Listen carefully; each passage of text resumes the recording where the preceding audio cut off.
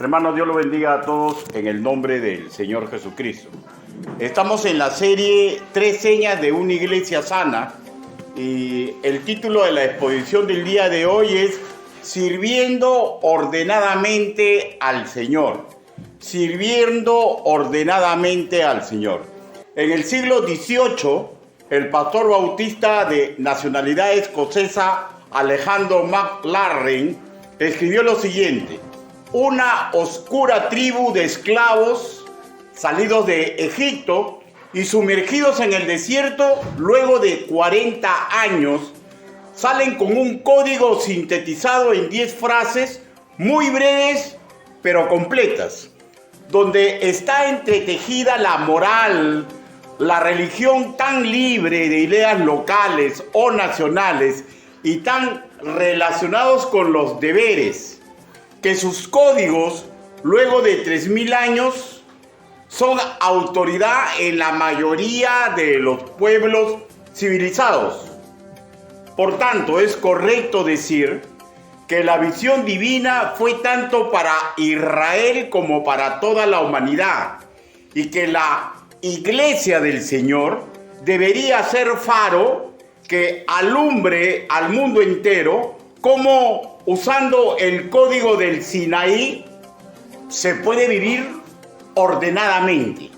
Por ello, toda iglesia local debe esforzarse en practicar la anchura y la profundidad de las Escrituras, pues, escúchenme por favor, no solamente se trata de agradar a Dios, sino de ser faro al mundo. Y la primera seña de una iglesia sana, camino a la madurez espiritual, es cuando trabaja ordenadamente. Una sana preocupación de cualquier maestro cristiano debe ser que su congregación crezca y mantenga un orden jurídico al interior de ella. Ahora, ¿por qué? Porque hay una incongruencia ética y la voy a plantear. ¿Cómo ser faro del mundo en algo que no nos es propio? ¿Cómo nos atreveríamos a decirle y aconsejar al mundo que se ordene cuando la iglesia del Señor está desordenada, cuando no sabe aplicar la disciplina, cuando no ha aprendido a tener misericordia, cuando hay un grupito como élite y una masa que asemeja a lo que ocurre en el mundo? Sin más preámbulo, vayamos a la lectura bíblica para entrar al cuerpo de esta exposición que se ha denominado, como ya les dije, Sirviendo ordenadamente al Señor. Sirviendo ordenadamente al Señor. Para lo cual, Primera de Timoteo, capítulo 3, versículo 14 al 15. La primera carta del apóstol Pablo al joven pastor Timoteo, capítulo 3, versículo del 14 al 15.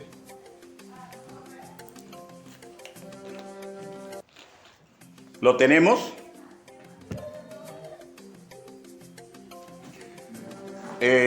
Los que están delicaditos de salud y los que tienen niños en brazos y los que acompañan, ¿no? Pues, no se pongan de pie. Pero por favor, el resto les voy a rogar que se pongan de pie. Primera carta del apóstol Pablo al joven pastor Timoteo, capítulo 3, voy a leer el versículo 14 y 15. La palabra del Señor dice así: esto te escribo, aunque tengo la esperanza de ir pronto a verte, para que si tardo, sepas cómo debes conducirte en la casa de Dios, que es la iglesia del Dios viviente, columna y baluarte de la verdad. Por favor, a mi voz, todos juntos, repitamos el verso 15. 1, 2, 3. Para que si tardo, sepas cómo debes conducirte en la casa de Dios, que es la iglesia del Dios viviente, columna y baluarte de la verdad. Palabra de Dios. Por favor, incline su rostro y permítame que los guíe en una oración congregacional. Bendito Padre Celestial, los que están escuchando este mensaje y su predicador, todos comprendemos a cabalidad que no existe hombre digno de predicar ni enseñar su evangelio. Señor, pero usted me está dando esta oportunidad. Hable, Señor Yahvé. Utilice el trabajo que he preparado para que sus verdades, Señor, cabalguen en la mente de los que escuchan y a mí me haga recordar el esfuerzo que debo de tener para que la congregación que ministro viva ordenadamente. Así le pedimos, así le suplicamos, en el nombre bendito del Señor Jesucristo. Amén. Por favor, tomen asiento. Miren, estas cartas pastorales son realizadas casi al final del ministerio del apóstol Pablo. O sea, no solamente podríamos decir que es una inspiración divina, sino que suma la experiencia que él tiene a ese entonces de trabajando para la obra de Dios, para la gloria de Dios y en beneficio de la humanidad. Él no le pide a Timoteo, no le pide a Timoteo, en consecuencia, a los pastores y misioneros que vendrían después de esos, su servidor, ¿ya? Que seamos perfectos, sino que asimilemos con suma importancia que nosotros somos ejemplos por seguir. O sea, no estoy hablando de perfección, pero que comprendamos que tenemos que esforzarnos porque nosotros tenemos que dar ejemplo a una grey. Ambas cartas a Timoteo y la que envía a Tito contiene términos que nos orientan a discernir. Nos recuerda por escrito lo que él en su momento ya les enseñó. Ya les enseñó que tengan cuidado porque Dios ha puesto bajo su cargo una grey y le va a pedir cuenta por el ejemplo y la cátedra que él esté exponiendo en esa congregación. En ese sentido ampliado, lo que leímos en el versículo 15, escúcheme por favor, para que si tardo sepa cómo debes conducirte en la casa de Dios, que es la iglesia de Dios viviente, columna y baluarte de la verdad. Sintetizo, le está diciendo, practica lo que tú enseñas, pues el orden, la santidad, la misericordia, tiene dos niveles. Tiene dos niveles, pero dos niveles no implica que un nivel para el pastor y otro para la grey. Implica que es un solo nivel por cumplir, ¿ya? Porque las ordenanzas bíblicas, los modelos bíblicos, los principios bíblicos es para todo creyente. Pero digo que tiene dos niveles, ¿por qué? Porque hay un ejemplo por cumplir, que es el maestro, el pastor y aquellos que ya son maestros de la iglesia, y el otro nivel es de la grey, que tiene que comprometerse a no solamente ser oidores, sino hacedores de la palabra. Porque, hermanos míos, gente inteligente, gente que tiene asimilación de lectura, hay en todo el mundo. La cuestión está en que tenemos que ser hacedores de la palabra. Hoy tocaremos la primera que es sirviendo ordenadamente al Señor, que es la primera seña de una iglesia sana. Por si acaso, las cartas a Timoteo no es un mensaje correctivo, porque las cartas pastorales generalmente son así, ¿no? Es preventivo, porque donde ministra Timoteo y donde ministrará cualquier siervo del Señor en todo el mundo, vuelvo a repetir, siempre van a haber las dos formas. Y la forma es, y Pablo desea, ya, que agrademos a Dios, que prevengamos antes de lamentar. Y esto es algo que no va a cambiar. Hermanos, el mundo nos ve como simplemente religiosos. Pero usted y yo sé que hemos sido comprados mediante la sangre preciosa del Señor Jesucristo. Y hay un trabajo pastoral que no solamente es revelar verdades escriturales, sino ser ejemplo de lo que enseñamos. El término conducirte es un mandato de practicar lo que se enseña. Pues la Grey, repito, no solamente debe aprender intelectualmente lo que dice la palabra Señor, sino por enésima vez, repito, debe nutrirse del ejemplo del siervo que los ministra. Y si eso es el caso del pastor, en forma descendente para todos los que están a la cabeza de departamento, de ministerio. ¿Por qué? Porque la catástrofe que ocurrió en el pueblo de Israel, que llegó un momento que el Señor Jesús decía, Jerusalén, Jerusalén, que matas a los profetas, inicia por el mal ejemplo que dan los que están en la cabeza. ¿Ya? ¿Por qué? Porque el Señor ha hecho un mecanismo divino en nuestro ser. Escúchenme, padre de familia y aquellos que quieren ser siervos de valor, ha puesto un mecanismo natural en el ser humano que nos hace proclives, como pegado en el alma, de imitar, escúcheme, para que no se lamente en el futuro, de imitar a quienes nos crían, a quienes nos pastorean, a quienes nos defienden. De ahí que a veces la ciudadanía dice, pero si son delincuentes, ¿por qué los policías nos los quitan y se lo llevan a la comisaría? ¿Están coludidos? No, porque si el policía golpea en la calle, si el que nos defiende hace eso, entonces nosotros también podemos golpearlo.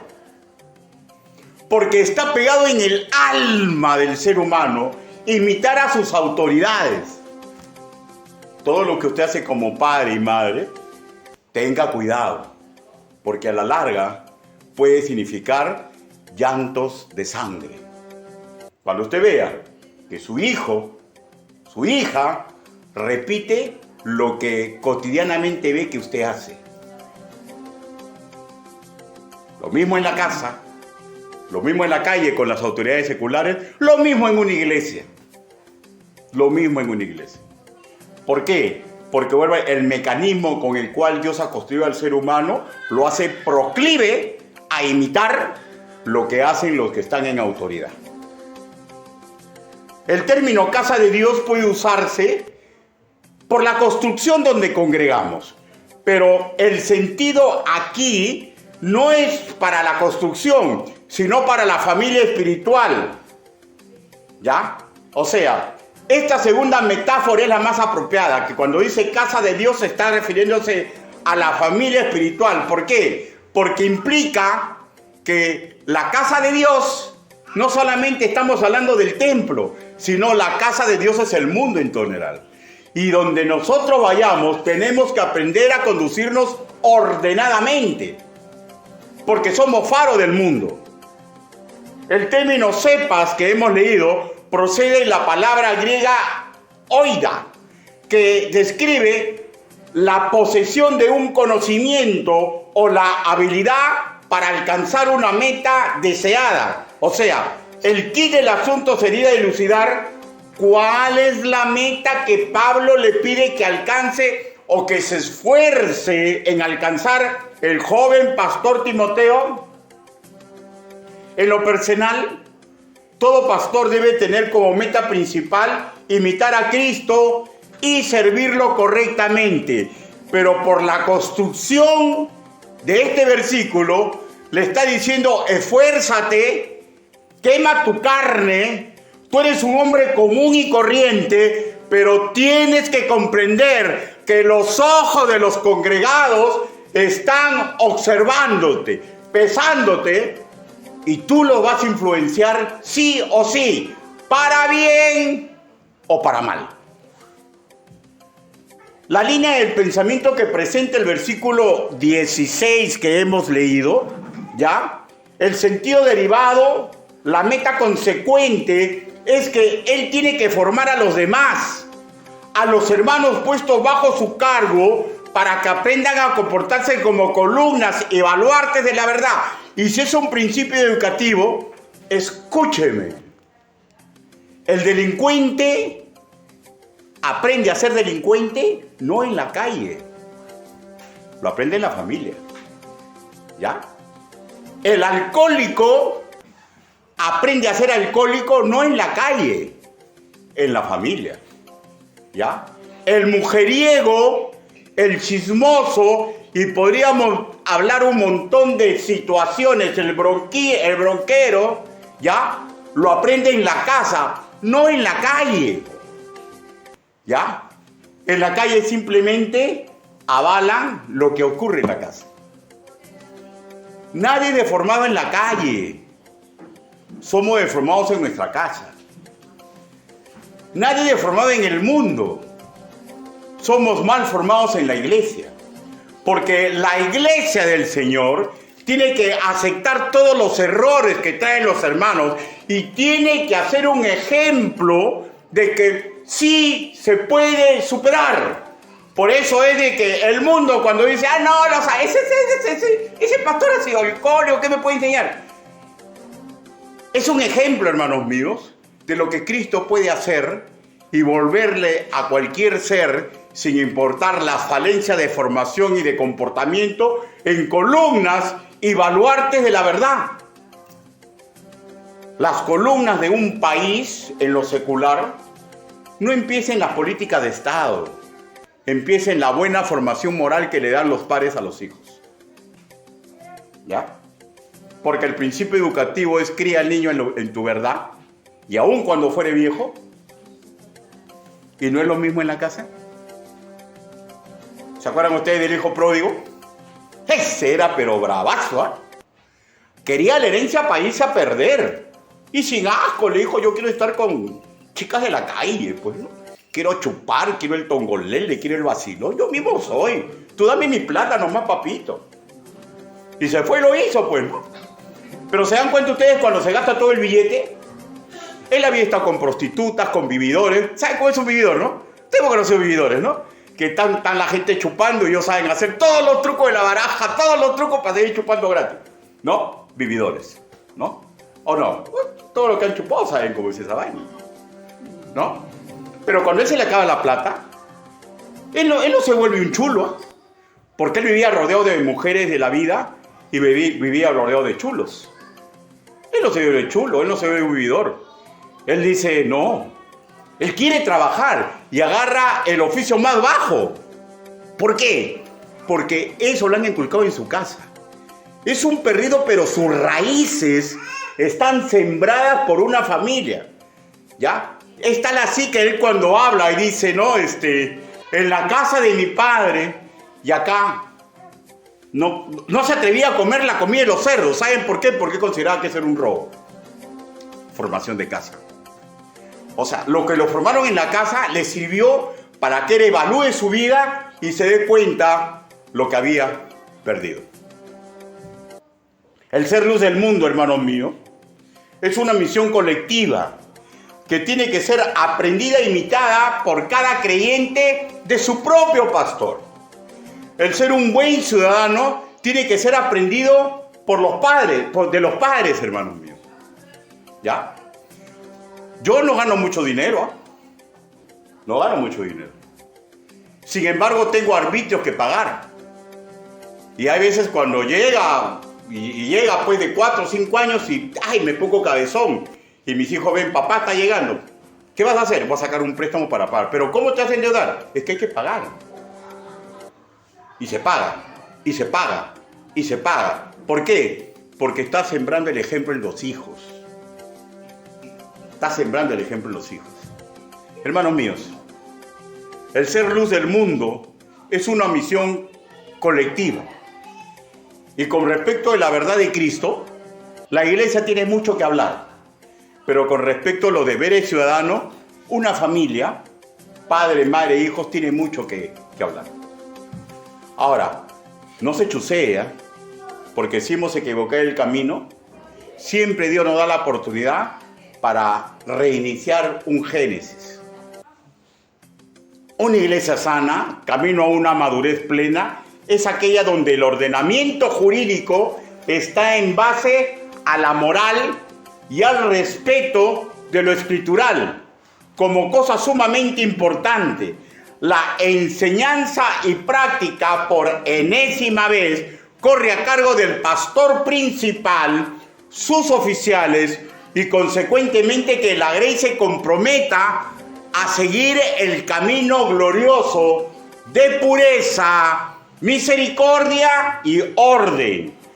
Todo estudiante bíblico con respecto del código divino que en el Sinaí se le entregó a Moisés, le es notorio, hermanos míos, que los 3 primeros mandamientos hablan de la relación que tenemos que tener con Dios y los 7 restantes hablan de la conducta personal con el prójimo. De ahí que Jesús lo sintetizó magistralmente en 2 mandamientos: hacia Dios y hacia el prójimo. Y en el medio lo puso al creyente diciéndole: lo que tú quieres para ti es lo que tienes que darle al prójimo.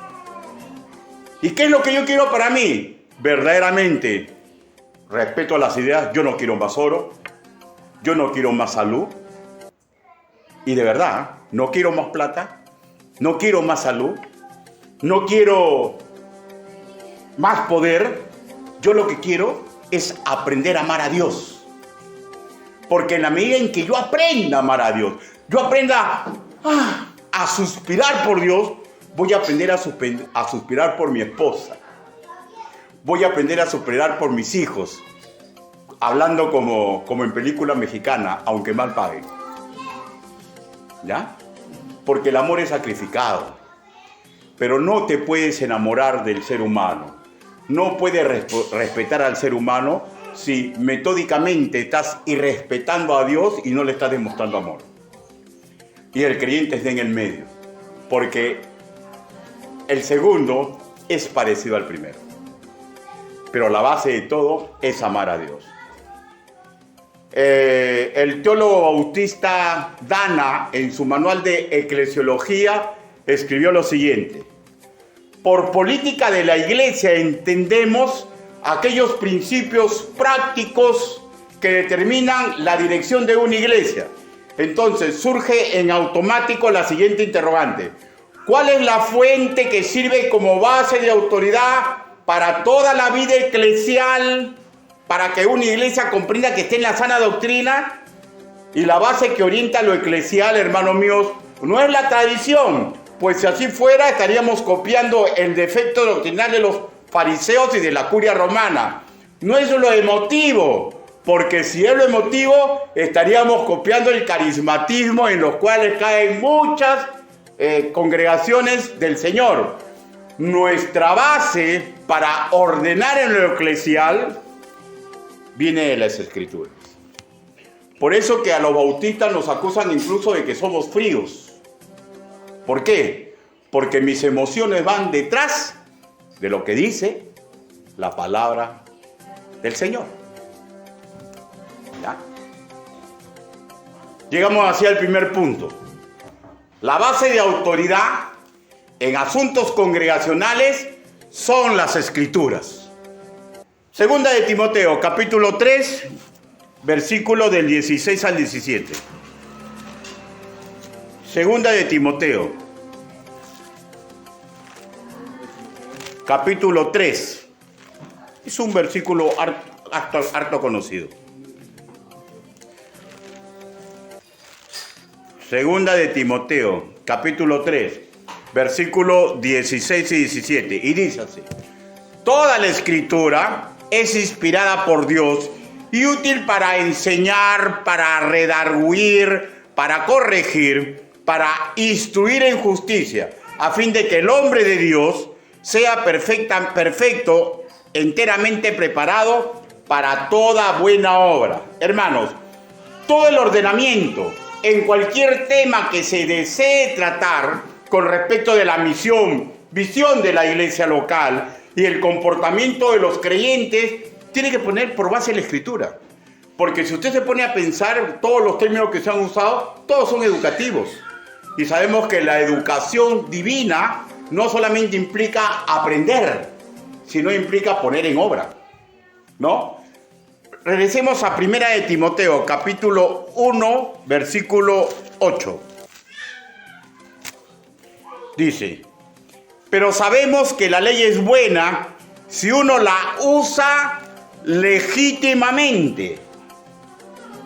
La ley no da salvación, pero sí ayuda a normar la convivencia santa al interno de una congregación que tiene que ser la luz que alumbre, incluso en los hogares, ¿ya? En que las cosas están andando mal, ¿ya? Entonces, la ley no da salvación, pero sí nos da norma de convivencia. Y es modelo para que el mundo aprecie las consecuencias de servir y vivir a los pies de un Dios de orden. Hermanos, sinceramente hablando, ¿ustedes creen que es fácil seguir las órdenes que emanan de la asamblea cuando usted no está de acuerdo? ¿Ustedes creen que es fácil seguir las disposiciones de un hombre a veces que de repente, bueno, no es perfecto? ¿Ya?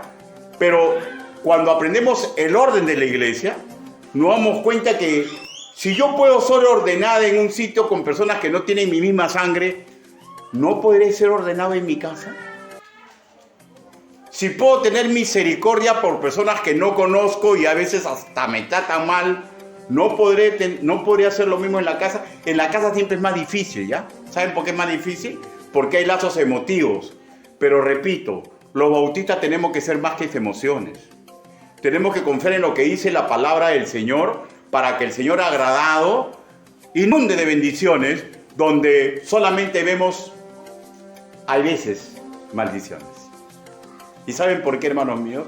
Nunca piense que hará en el desierto.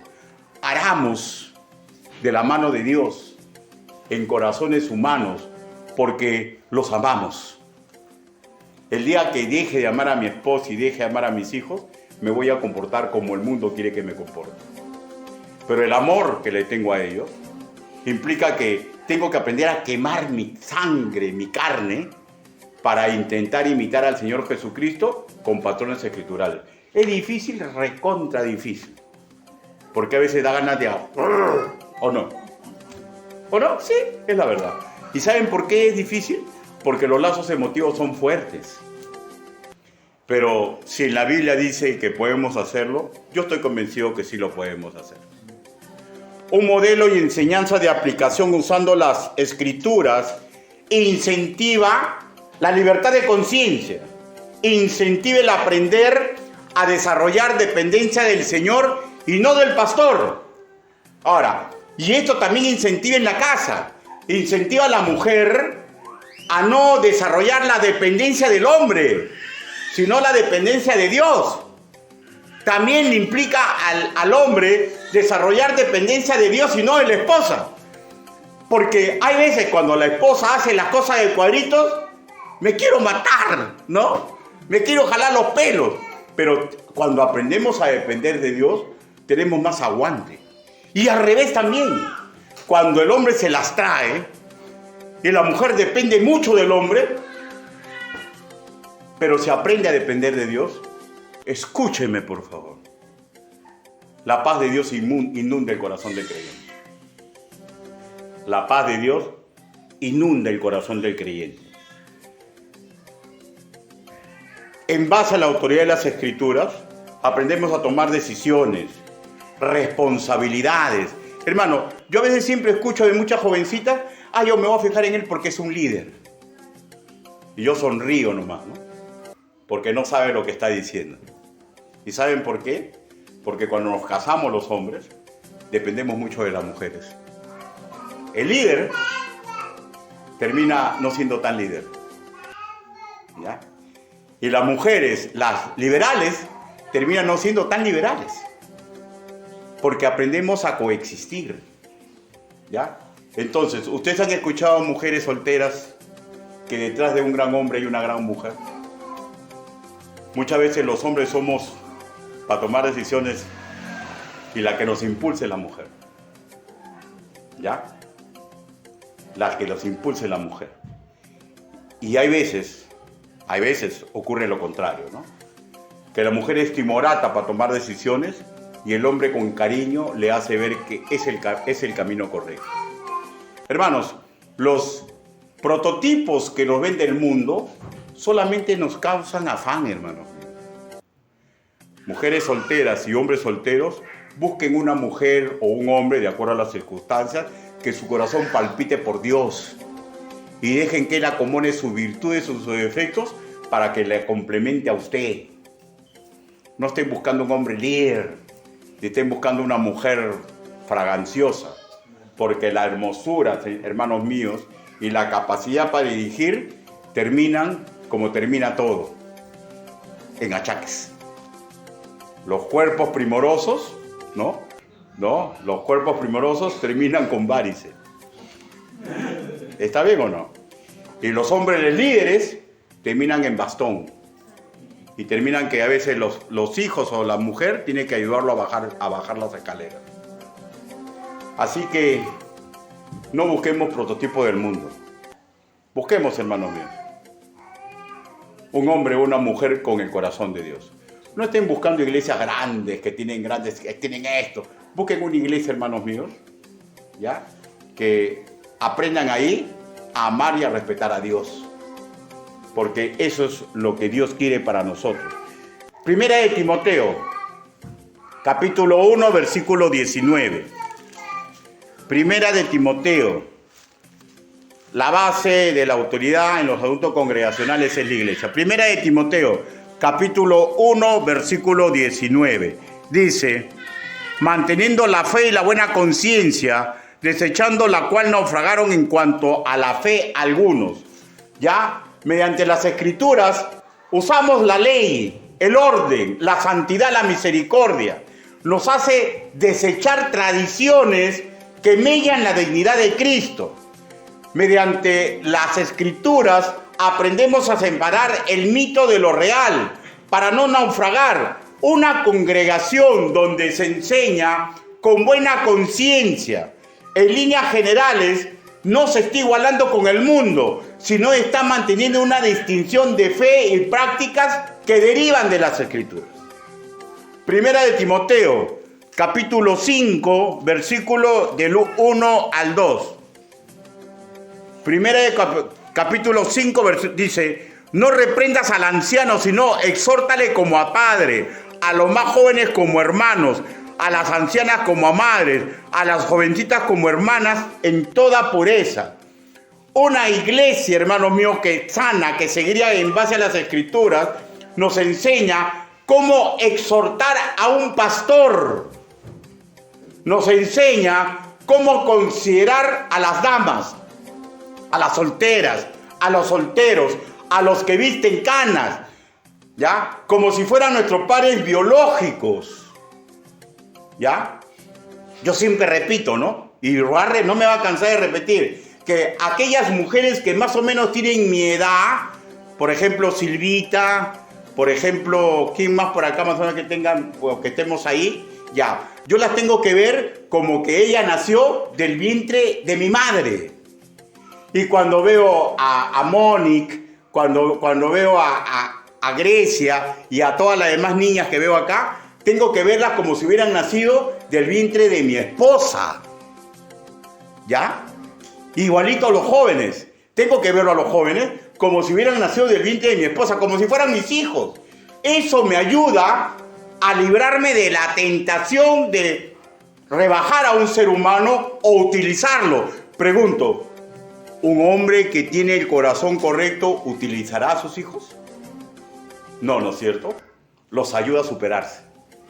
¿Ya? ¿Un hombre que tenga el corazón de Dios peleará con sus hermanos por dinero? No, ¿no es cierto? Es capaz de entregar todo. Y esa es lo que nos enseña en una iglesia sana. Aprender a respetar a los demás, porque ese término de familia espiritual, por favor, con mucho respeto voy a decirlo, ¿ya? Es superior a la familia carnal. ¿Y saben por qué? Porque si yo lucho y lucho y lucho por mi esposa, o mi esposa lucha y lucha y lucha por mi persona, para que yo reciba a Cristo y yo rechazo, ese lazo se va a romper cuando uno de los dos muera. pero el lazo que no se va a romper es el de la familia espiritual. Va a ser de por vida. Lo que indica que es superior el lazo espiritual que el lazo carnal. ¿Se dan cuenta, hermanos míos? Por eso es que tenemos que aprender a tratar a los jóvenes, a los ancianos y a los que tienen nuestra misma edad con una dignidad para que comprendan el amor inmenso que tiene Cristo hacia ellos. Una iglesia de sana doctrina, hermanos míos, es una iglesia que sepa reaccionar con los que pecan. 1 Timoteo, capítulo 5, versículo 24. Dice: los pecados de algunos hombres se hacen patentes antes que ellos vengan a juicio, mas a otros se les descubre después. Una iglesia de sana doctrina tiene que aprender a reaccionar con los que pecan, incluso con los pecados ocultos en el tiempo. Hermanos, yo cuando llegué a esta iglesia, yo primero enseñé y yo me reuní con todos. Y yo le dije con calidad: yo no voy a poder trabajar en esta iglesia correctamente hasta que no solucionamos los pecados del pasado. Pastor, ¿algo le ha contado a usted? No, a mí nadie me ha contado nada. Lo que pasa es que es bien simple, que cuando vas a construir una iglesia, reconstruirla, a veces hay pecados que han quedado en el camino. Y siguen trabajando como si nada ocurriera. Y comencé a conversar uno por uno. Y me comenzaron a hablar de las cosas que ocurrieron en su pasado, que debieron ser disciplinados y nunca fueron disciplinados. Y a nadie le conté, cargué eso con el Señor y hubo una disciplina congregacional. O sea, ¿qué quiere decir? Una iglesia de sana doctrina sabe cómo reaccionar con los pecados que están pasando y con los pecados del pasado. Porque está en la sana doctrina. Una iglesia que no tiene sana doctrina simplemente es borrón y cuenta nueva. ¡Ay, llegó un pastor, qué bonito! Todo va a cambiar y los pecados ocultos siguen ahí. Una iglesia de sana doctrina tiene que aprender a enfrentar los retos disciplinarios, rehabilitadores, matrimonios por romper, matrimonios rotos e innumerables cosas. Hermanos, hay matrimonios que están sufriendo. Y una iglesia de sana doctrina tiene que darles esperanza para que ellos comprendan de que sí pueden acudir con los oficiales de su iglesia y no va a ser un escándalo, no lo van a tratar mal, sino los van a intentar ayudar. Una iglesia de sana doctrina tiene que aprender a ayudar al alcohólico, al drogadicto, al delincuente, porque sabe tratar estas cosas, porque comprende que es mandato de Dios. Es mandato de Dios, para que recuperen la moral, para que recuperen el manejo de su familia, para que se dignifiquen, para que comprendan que el decálogo dejado en el Sinaí nos hace meditar y comprender que aunque la ley es casi imposible de cumplir todos los días y en todas las partes, pero sí es posible intentar hacerlo, porque recuerden, hermanos míos, que los maestros no nacen, se hacen mediante la práctica continua de cosas que no podemos, pero que no dejamos de hacer, porque tenemos que asimilar esto. El mundo está dominado por el caos, por la gollería, por el abuso del poder. Y la única esperanza que puede ver el ser humano es la doctrina, la práctica de la doctrina que viene de las Escrituras, que se realizan en una iglesia local. De ahí que drogadictos dejan de ser drogadictos, alcohólicos dejan de ser alcohólicos, personas que prostituyen su cuerpo lo dejan de hacer. Comenzamos a ver milagros, comenzamos a ver cómo el Altísimo cumple lo que Él siempre promete, que tiene pensamiento de paz para su creación, pero la creación tiene que aceptar vivir en el orden que Él ha impuesto. ¿Por qué? Porque la palabra del Señor dice así, no lo busquen, 1 Corintios capítulo 14, versículo 33, no lo busquen porque voy a leerle una versión diferente. Dice: porque a Dios no le gusta el desorden y el alboroto, sino la paz y el orden, como es costumbre en nuestras iglesias. Eso lo escribió el apóstol Pablo y se lo escribe a los corintios. O sea, les estaba llamando la atención, porque si ellos son una iglesia del Señor, tenían que vivir en orden, porque el mundo tiene que aprender a ver la diferencia. Nuestras familias que no son creyentes tienen que aprender a ver la diferencia en nosotros. Porque la luz de Cristo va a alumbrar en los demás, no desde el cielo, hermanos míos, sino en el reflejo de lo que hacemos nosotros en nuestra casa. Hermanos, usted no tiene una familia perfecta, ni yo tampoco, ¿eh? Y tenemos que seguir luchando por nuestra familia. Y la única forma de luchar es intentar imitar a Cristo. Y yo sé que cuesta, yo sé que a usted le cuesta, ¿ya saben por qué? Porque a mí me cuesta. Como repito, a veces queremos, ¿no? Pero no, pues, no se debe hacerlo. Y si nos gana la ira, nos gana, ¿cómo se llama? Nuestra carne, tenemos que aprender a pedir perdón, hermano. No es menos el que pide perdón. El que pide perdón se dignifica, porque Dios huye al soberbio y se acerca al humilde de corazón. Lo que nos lleva al segundo punto. Cuando la Biblia dice, todo hágase en orden y decentemente, hay dos reuniones en una iglesia que tienen que ser el foco de ese orden y esa decencia para que inunde todas las actividades de la iglesia. Y el segundo punto es un culto público donde el enfoque sea la gloria de Dios. Un culto público donde todo el enfoque sea la gloria de Dios. Juan capítulo 4. El evangelio de nuestro hermano Juan. Juan capítulo 4. Versículo del 22 al 23. Dice así: vosotros adoráis lo que no sabéis. Nosotros adoramos lo que sabemos, porque la salvación viene de los judíos. Mas la hora viene, y ahora es, cuando los verdaderos adoradores adorarán al Padre en espíritu y en verdad, porque también el Padre tales adoradores busca que le adoren. Hermanos, la adoración es tan antigua como la humanidad, ¿ya? Y aquí le dijo a esta dama que llegaría el día en que se adore en todo el mundo, adoradores en espíritu y en verdad. Y esa profecía se ha cumplido. Por ejemplo, aquí hay adoradores en espíritu y en verdad. Y no estamos adorando en el templo de Jerusalén. Eso iba a pasar y se ha cumplido. Pero hay dos formas de adorar. La forma sana, y es por qué digo que es tan antigua como la humanidad. Porque en los inicios del tiempo fueron dos hermanos a adorar, ¿no? Uno adoró en forma correcta, la forma sana, ¿no? Y Dios se agradó.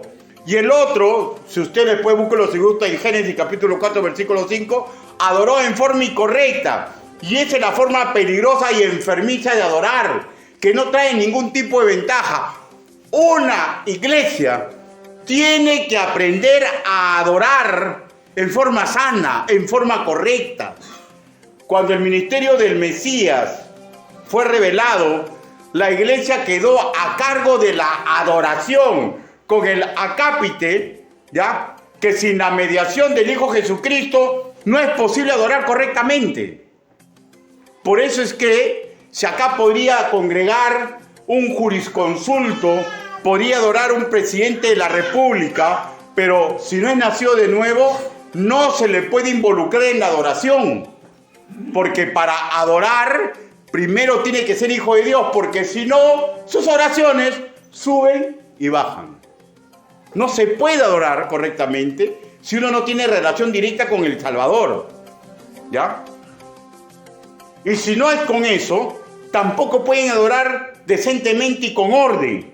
El factor primordial siempre va a ser una forma sana de adorar. Génesis, capítulo 4, versículo 4. Génesis 4:4.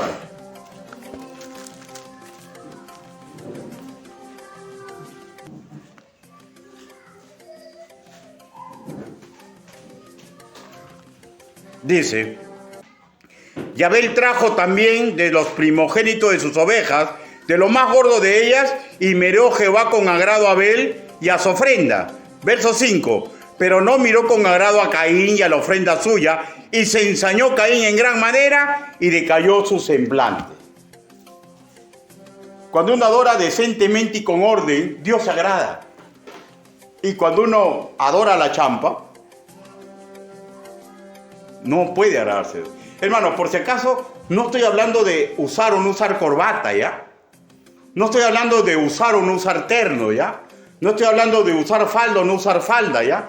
Porque esa vestimenta responde a la cultura del pastor, ¿ya? Estoy hablando de la parte doctrinal. Estoy hablando de llevar correctamente la adoración. Primeramente, tiene que adorar un creyente.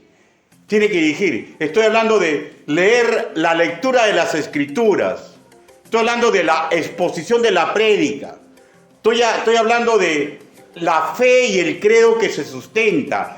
La oración que embarca cada parte del culto. Estoy hablando del canto dedicado al Señor. No es que la voz hermosa.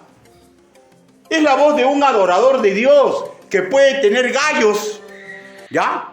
Pero que lo hace correctamente para darle gloria y honra al Señor. Hablo de las ofrendas y los diezmos, entregados en forma sacerdotal. O sea, en forma sacerdotal significa orar después de haber recogido, ¿no? Una forma correcta, ¿ya?, de comprender de que el bautismo no es chito la payasada, sino es el inicio de un ministerio para el Señor, de que comprenda que la Santa Cena no es cosa de juego, que participar indignamente puede acarrear desgracias congregacionales y personales, una membresía que ha asimilado que durante el culto del Señor no hay una intervención más importante que la otra, porque todas son para el Señor y todas se complementan. Lo que sí comprende que la parte central de la adoración es la exposición de la palabra del Señor, porque mediante la exposición de la palabra del Señor se cumple que la fe nace por el oír y por oír la palabra del Señor, porque mediante la exposición de la palabra nacen ganas de arrepentirse, de cambiar de vida, de cimentarse el camino correcto. Pero no significa que sea más importante que los otros, sino que es la parte central. Una liturgia sana y ordenada de tal forma que los hermanos comprendan que no somos artistas evangélicos, que no es correcto ministrar a Dios en público cuando yo no me estoy ministrando en privado. ¿Cómo yo osaría predicar si no estoy orando, si no estoy estudiando la palabra, y si en mi casa soy un matón de barrio? Salgo a la calle y... Oye, ¿qué haces ahí con la basura? ¿Quién soy yo? Y después venir acá a predicar. O sea, no estoy hablando de perfección, porque todo el mundo puede tener su caída. Pero si caigo, Señor, perdóname. Iré a buscar a mi vecino. Vecino, me sulfuré, ¿no? ¿Me podrías perdonar? Te voy a perdonar. Yo voy a cumplir. Señor, yo cumplí. O sea, no estoy hablando de perfección, porque perfecto solamente uno. Estoy hablando que no nos erijamos como artistas evangélicos, sino que intentemos vivir en forma ordenada, con misericordia y en santidad en nuestra vida cotidiana. Donde el expositor sabe que recita las verdades que el Altísimo ya sabe, pero que comprende que esas verdades que he encontrado en la Biblia, que con su propio estilo las ha plasmado en una prédica, el Espíritu Santo va a usar para trabajar en el corazón de los oyentes. Claro, de aquellos oyentes que quieran dejarse usar. Porque, ojo, explico. El Espíritu Santo trabaja en el corazón de la persona que esté escuchando y sí comprende. Ya depende de la persona que quiera someterse a la palabra de Dios. Pero si no quiere someterse y sigue en sus 13, va a llegar el día que esa palabra que escuchó, por esa palabra va a ser juzgada. Porque nadie va a poder decir al final de los tiempos que no escuchó el mensaje de la palabra del Señor. Y sí se comprende, pero si se desecha, es responsabilidad de la persona. Pero el Espíritu Santo está usando tanto al predicador como la capacidad cognitiva del oyente para comprender las verdades eternas de Cristo. Una liturgia sana donde todos comprendamos, hermanos míos, el culto, de que el encargado de corregir, redarguir, de llamar la atención, no es el director de culto, no es el ujier, sino es Dios mediante la palabra que ha sido predicada. Un servicio en que todos nosotros, hermanos míos, nos demos cuenta que de principio a fin el culto es para la gloria y la honra del Señor. Amén. Por eso es que los anuncios no forman parte del culto. Por eso es que en los anuncios podemos darle honor a un hombre, honor a una mujer, pero en el culto toda la gloria y toda la honra para el Dios Altísimo. Un culto donde se respete lo que hace el compañero. Un culto donde seamos incapaces de flagelar las actitudes de los niños, de los díscolos, de los juguetones, ¿no? Porque hay por ejemplo, un juguetón a que se cita, ¿no? ¿No? Se cita el juguetón de primera y no lo puede evitar porque es idiosincrasia. Pero se imaginen que lo flagelemos por eso. ¿Se acuerdan el hijo de Cecita, cómo se llama? ¿Ah? Josué, cuando era chiquito, era Dios de mi corazón. Nos volvía locos a todos, ¿no? ¿No? Y le teníamos paciencia. Y no mirábamos mal a su mamita.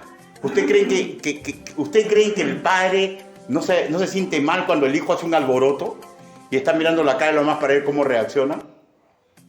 Una iglesia sana que comprende estas cosas no flagela a los oyentes, no flagela a las madres, no flagela a los niños, los comprende y espera con paciencia que ellos comprendan lo que nosotros ya hemos comprendido. Ahora, ¿cómo se porta Josué? Pero era un terremoto, ¿no? Una iglesia sana es así. Una iglesia sana donde comprende, hermanos míos, que todo lo hacemos para la gloria del Señor. Una iglesia sana que comprende que el culto, que exaltamos a Jehová y nos prostramos ante Él porque Él es 3 veces santo. Y ese es un culto donde tenemos que vivir ordenadamente, mansamente. Y el culto, lo que se hace en el culto tiene que ser replicado en todas las actividades de la iglesia. Todas las reuniones tienen que tener el mismo molde, de comprender que todo lo que hacemos es para la gloria y la honra del Señor. Y lo que nos lleva a lo tercero. ¿Dónde se aprecia el orden de una iglesia para servir a Dios? Una asamblea de miembros. Éxodo, capítulo 19. Éxodo, capítulo 19.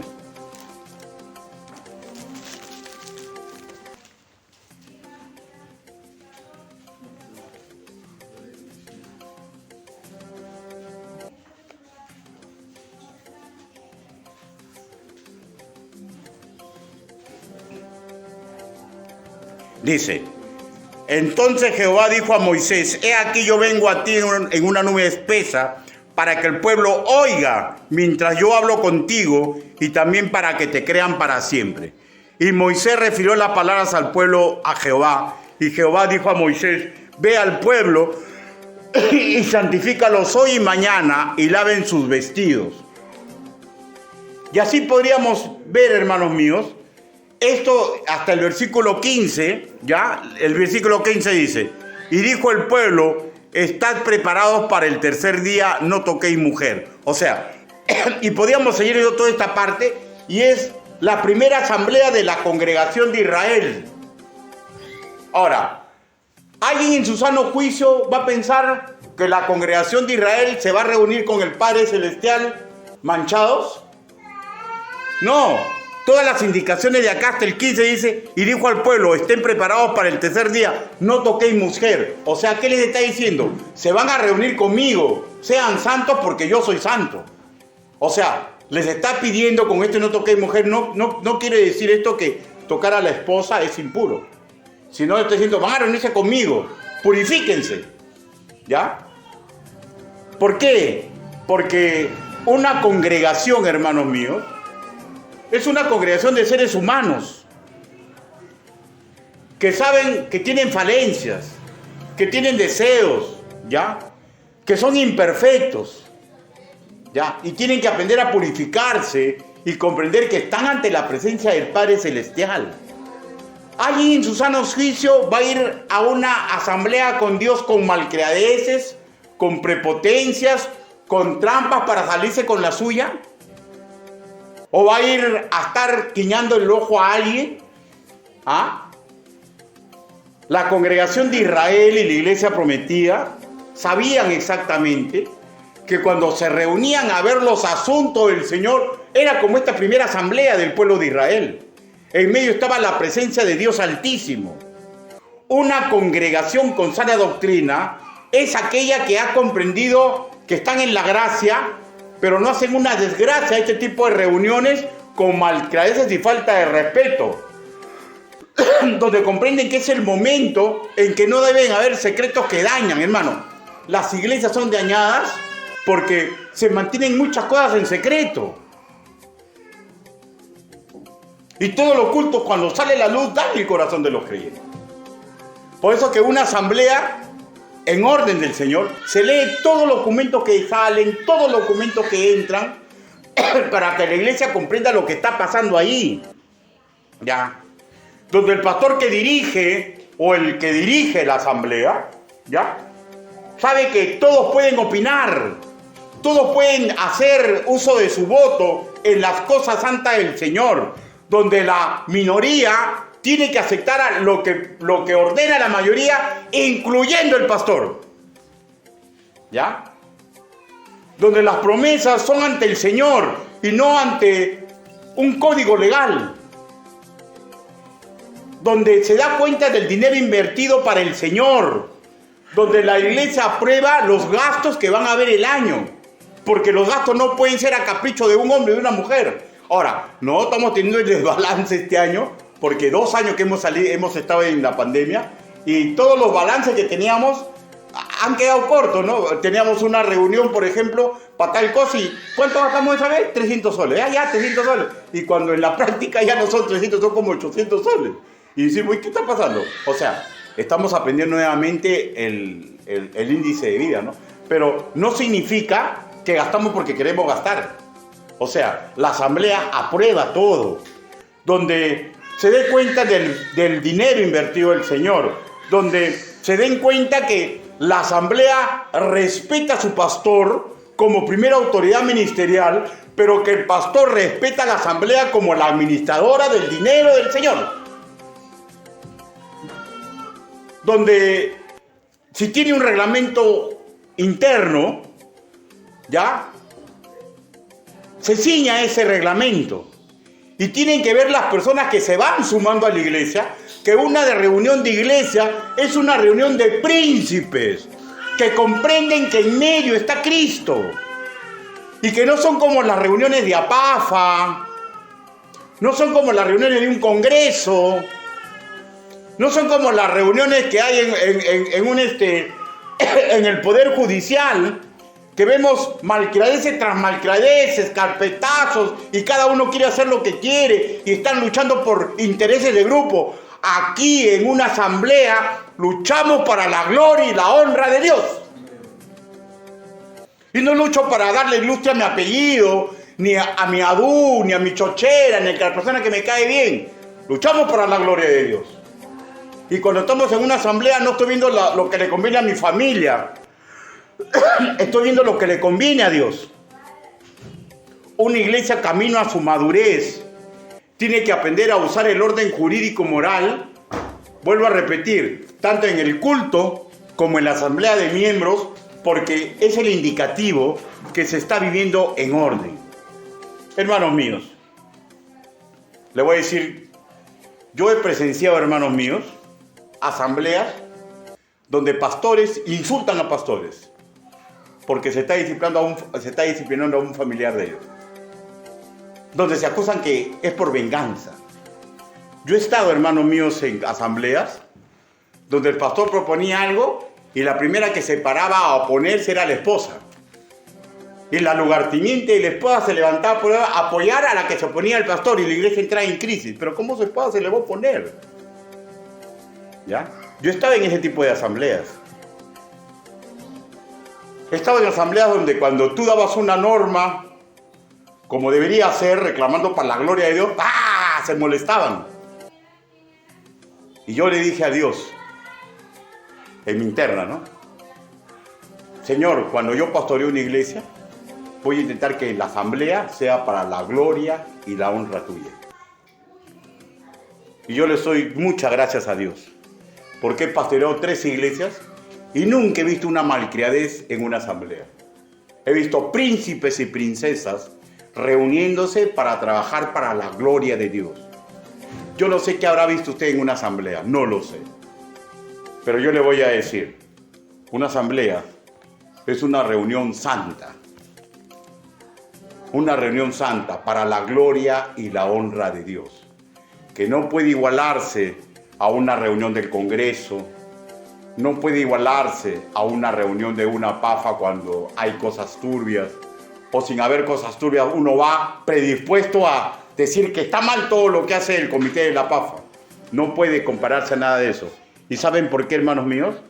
Porque una asamblea tenemos que aprender a respetar y amar a Dios. Y si sabemos respetar y amar a Dios, vamos a saber respetar y amar al prójimo que asiste a esa asamblea. Porque el segundo mandamiento se basa en el primero. Y en presencia en una asamblea como en un culto está el Padre Celestial. Y cuando esté el Padre, todo lo demás somos chulillos. Ahorita le está predicando un chulillo el Señor. Un sirviente del Señor, un mandado del Señor. Y esas son las reuniones que tenemos. Nos debemos comportar como príncipes y princesas, pero la verdad, todos somos sirvientes de aquel que hemos invocado su santo nombre para tratar sus asuntos. Nuestra naturaleza pecaminosa resiste el orden, se deleita en el desorden. Hermanos míos, cuando comienzas a ordenar una iglesia, hay varios que se van a ir. Se van a ir porque no les gusta el orden. Porque en el orden, todas las cosas que hacían en desorden van a salir a la luz. ¿Ya? Y hay otros que simplemente no aguantan un orden correcto. ¿Por qué? Porque nunca se los han enseñado. Pero los que aman el orden de Dios, aceptan trabajar en forma ordenada, aunque es completamente duro, hermanos míos. Cuesta bastante trabajar en orden. Pero no podemos decir que somos una iglesia sana cuando estamos completamente desordenados y no estamos siguiendo principios jurídicos de las Escrituras, que nos guían a tener santidad, misericordia y orden. Conclusiones. Primero, la base de autoridad en todo asunto que involucremos a la iglesia y en lo secular son las Escrituras. No podemos hacer como el mundo hace, pues si hacemos así, no somos luz, somos parte de la sombra. Segundo, que las reuniones que tienen que ser un ejemplo del orden de Dios. Y esas reuniones son el culto y las asambleas de miembros. Tercero, que no es fácil ser ordenado, que requiere más esfuerzo, más tiempo, que algunos irán. Pero es el Señor limpiando una iglesia. Es el Señor limpiando una iglesia. ¿Ya? Y no porque sean malos, sino que simplemente no les cabe en ese sitio, irán a otro sitio a congregar, ¿no? Pero el orden, hermanos míos, no es lo que le gusta al creyente. El orden es lo que le agrada a Dios. Y todos tenemos que aprender a someternos, porque trabajar en forma ordenada es la primera seña de que una iglesia es madura en el Señor. Inclinen su rostro, vamos a orar. Bendito Padre Celestial, su palabra ha sido predicada. Señor, nosotros no estamos criticando lo que se hace en otros sitios, porque no es nuestra incumbencia, Señor. Nosotros estamos intentando, Señor, trabajar ordenadamente en nuestra propia congregación. Ayúdenos, papito lindo. Permita que los que ya están en esta congregación, Señor, sigan cimentándose en el orden que trae, Señor, que podamos agradarlo a usted. Y permita que aquellos que son visitantes, Señor, que comprendan que si quieren ser parte de la congregación, tendrán que ordenarse partiendo de las Escrituras. Papito lindo, Es un camino difícil, pero no imposible, porque usted es un Dios de orden y nos ha entregado virtudes para imitarlo a usted. Ayúdenos, Padre, en todo esto. Así le pedimos, así le suplicamos, en el nombre bendito del Señor Jesucristo.